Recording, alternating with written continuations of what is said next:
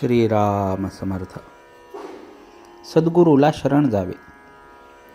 प्रत्येकजण पोटाला खायला मिळावे म्हणून खटपट करीत असतो, परंतु आपल्या इच्छेप्रमाणे आपल्याला मिळते का?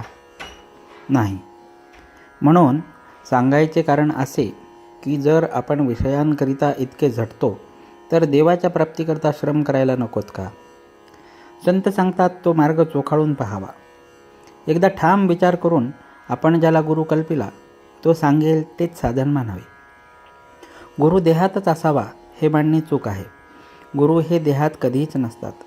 गुरु प्रत्यक्ष देवच आहे अशी भावना ठेवून वागली पाहिजे. अशी भावना ठेवून वागले म्हणजे गुरु कसाही असला तरी तिथे प्रत्यक्ष देवाला येणे भाग पडते. गुरु सांगेल तसे आपण नेहमी साधन करीत राहावे. तसे साधन करीत राहिले म्हणजे आपल्याला देवाची प्राप्ती होते. गुरु नामाशिवाय दुसरे काय सांगणार? त्यातच आपण सदा राहावे. जो खरा साधनात राहतो त्याला ह्या सर्व गोष्टी आपोआपच साधत असतात. म्हणून आपण गुरुला अनन्य शरण जाऊन तोच सर्व करतो आहे हे मानून जे होईल त्यात आनंद मानित जावा. भगवंताबद्दल जिज्ञासा उत्पन्न होणे ही खरी भाग्याची गोष्ट आहे.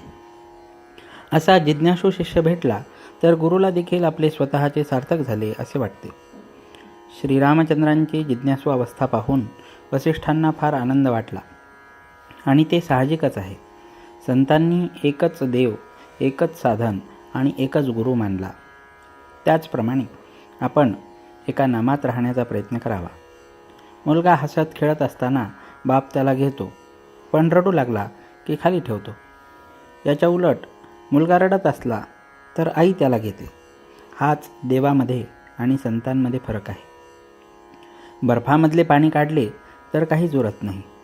त्याप्रमाणे संतांमधले भगवंताचे प्रेम जर काढून टाकले तर त्यांच्यामध्ये मग काही उरतच नाही. साधन करण्याचे कष्ट न होता वस्तू साध्य करून घेण्याचा मार्ग म्हणजे सत्संगती हा होय.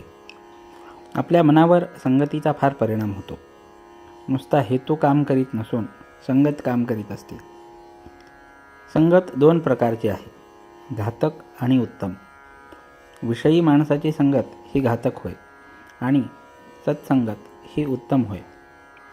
सत्संगतीमध्ये असताना आपल्या ठिकाणी दोष आहे असे ज्याला कळेल तो लवकर सुधारेल. आपण ज्या सत्पुरुषाकडे जातो त्यांनी सांगितलेले मनापासून आचरणामध्ये आणण्याचा प्रयत्न केला तरच त्याच्याशी खरी संगत केली असे म्हणावे. संताची प्रचिती पाहणे म्हणजे आपले प्रपंचातले काम मनासारखे होणे हे नव्हे. ज्या घटकेला आपले चित्त शुद्ध होते त्या घटकेला संताची खरी प्रचिती आली असे समजावे. संतांना ओळखण्यासाठी अनुसंधानाशिवाय दुसरे साधन नाही. जानकी जीवन स्मरण जय जय राम.